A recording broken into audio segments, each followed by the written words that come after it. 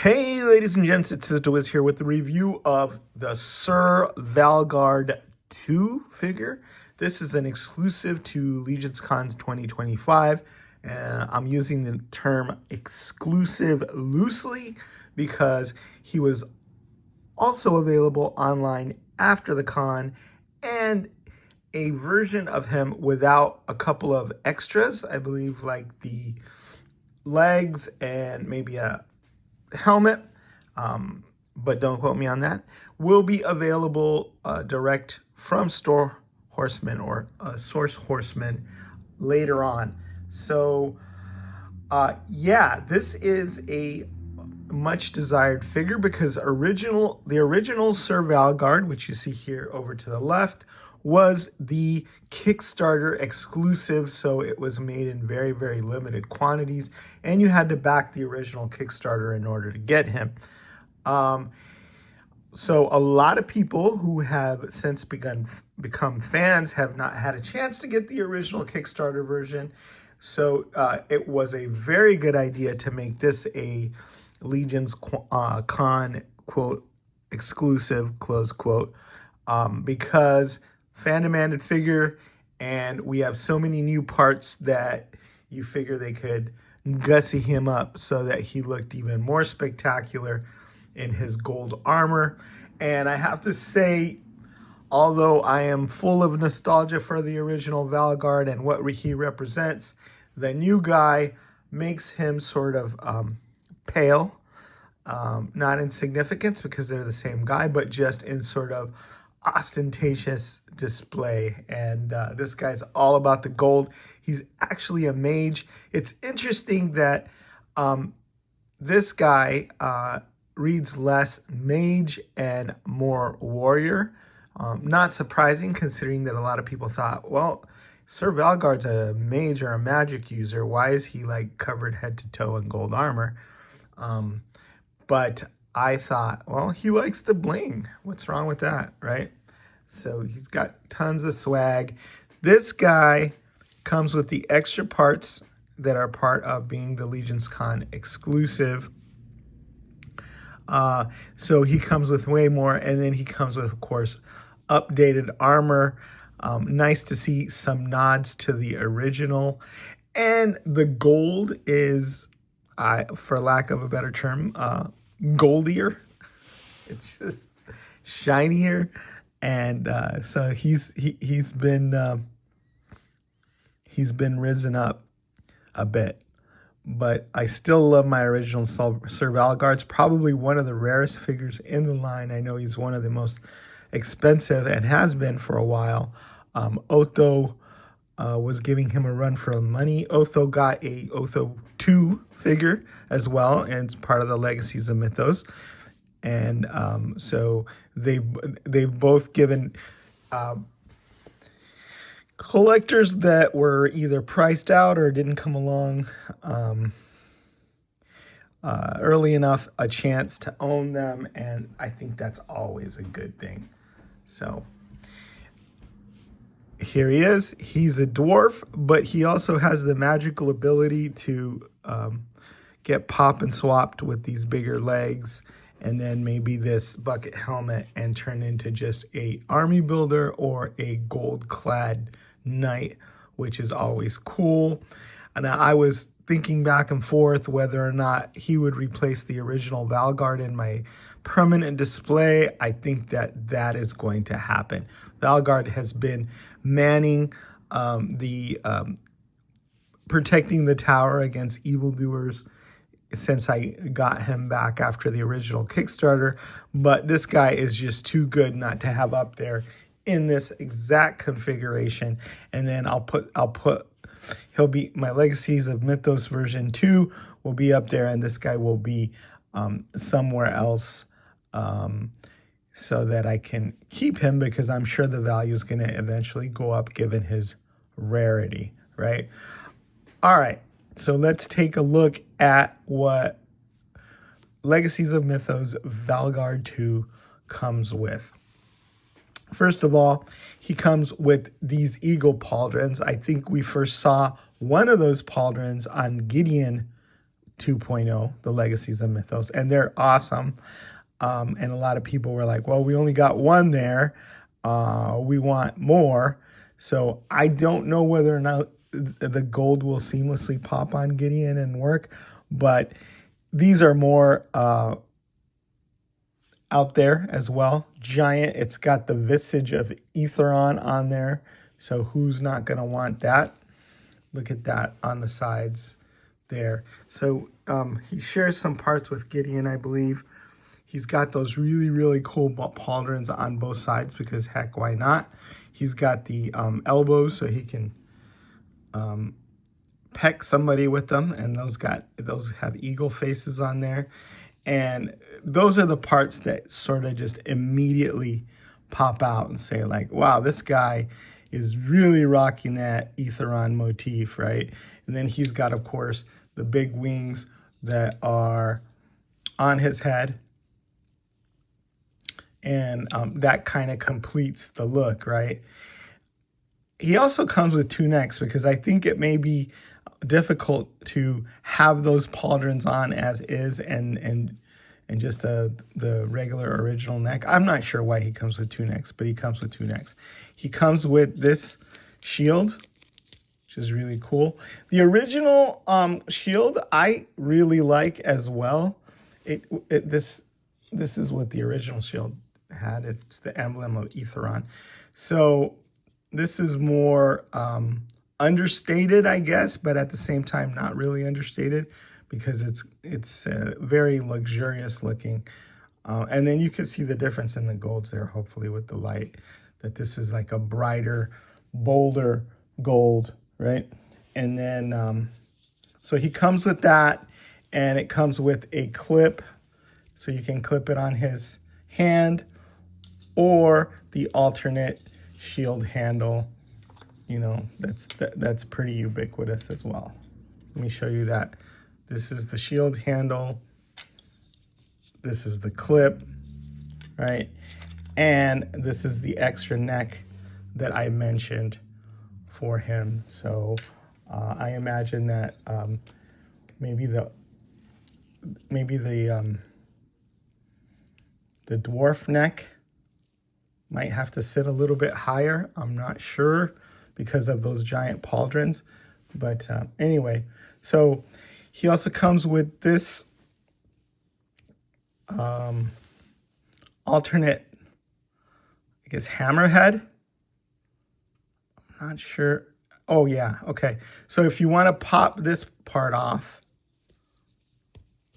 you want to put this on, then you get a hammer. Wow, that was great. Anyway, you pop that on, you get a hammer that's bilaterally symmetrical. I kind of think the asymmetry is cool on this, so I'll probably keep this hammer and then save my thumbs. Okay, so that hammer has already killed the alternate head. You saw that. To my undying shame, all my bloopers are captured for posterity here after I'm dead. People will be laughing at how goofy I am. But look at that. Or how goofy I was. Yeah. So there you go. Bilaterally symmetrical hammer versus the asymmetrical hammer, which I kind of like the asymmetrical look, I think. But it's nice that they give us that option. I kind of think of everything, really. So I think he'll be wielding this heavy, heavy hammer. I'm going to guess that this guy's got magical strength and he's extra strong to handle the giant hammer that's almost as tall as he is. And then all this heavy armor, including the pauldrons, right? So, yeah, so he's got the extra hammerhead. He's got this. He's got these wrist gauntlets, and he's got these planar wrist gauntlets. I'm guessing that's if you want to turn him into like a tall gold knight Legion builder, you can do that. He's also got a set of pauldrons that are smaller. So you can also give him the asymmetrical look that Gideon rocks. You know what? I'm not going to take that off because then it's going to be hard to put it back on. But Gideon has one big pauldron and one small pauldron, right? But you could have two pauldrons as well. And that would also be a good one for a gold, a tall gold kind of soldier or an army builder. I think that's what they're hoping that people do, get those. So he's got these fancy falds here. I think that's how you pronounce it. It's long and they almost reach his ankles. He's got the original piece, the original skirt piece from Valgaard, which is kind of cool. Love to see that because that's immediately recognizable with the purple and the gold. See here.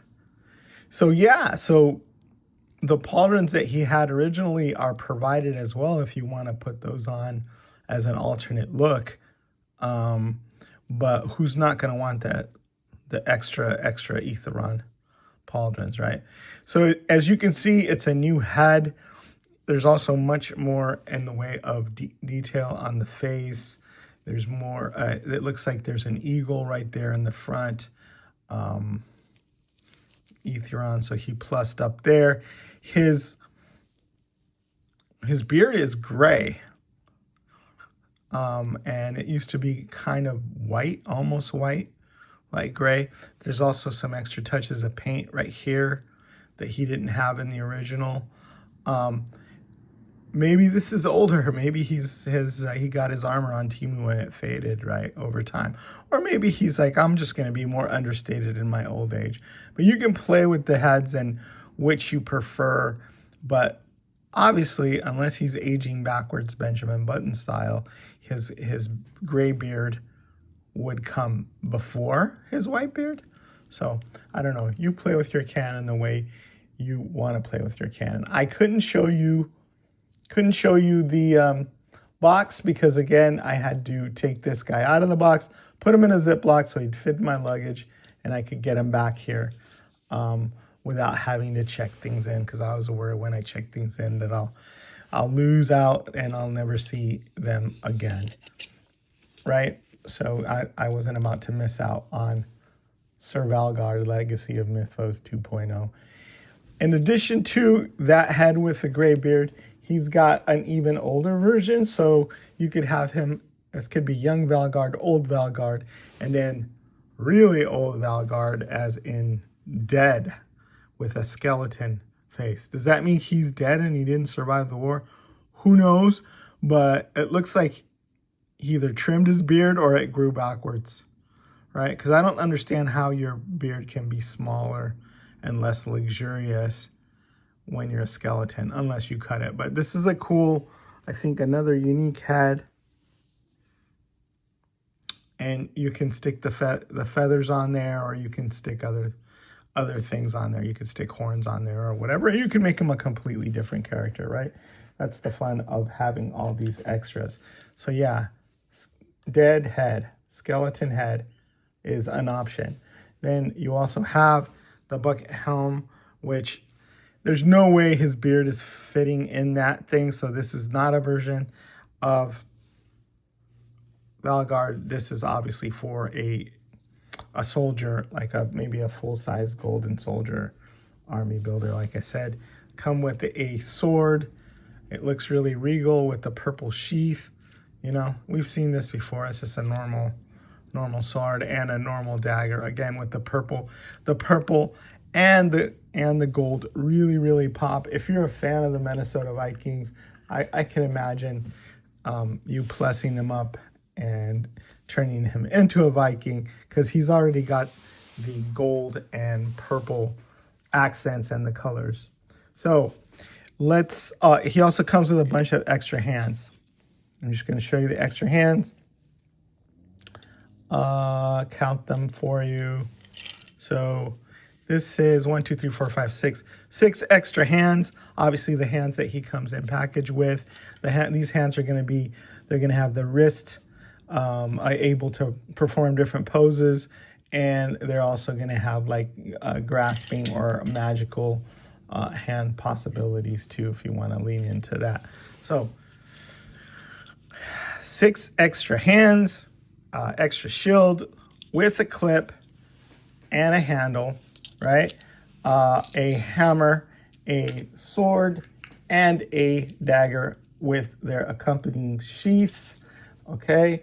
The extra skeletal head, the bucket helmet, the 2 wrist gauntlet pieces to differentiate him if you so desire, 2 extra pauldrons of a planar style that, no, they're not, maybe they are more akin to the original pauldrons that he had, an extra neck, an extra hammer so that he can have a bilaterally symmetrical hammer weapon. And then, you know, I think the piece that everybody really wants is the longer leg so you can turn him into a golden knight. A golden knight. Yeah. And then here he is once more time. Here he is next to the Kickstarter exclusive. Could be a son and a dad, you know, but you can see the extra heft that those really big fancy pauldrons give him, that the extra long folds give him, that the richer, more glorious, the bolder gold gives him. And so, yeah, original Valgaard, yeah, I mean, still cool and still holds a lot of nostalgia for me, but I think, boom, that guy's at the top of the list as far as being on my permanent display. Sorry, original Kickstarter Sir Valgaard. Is the Wiz signing out. Great job on this figure.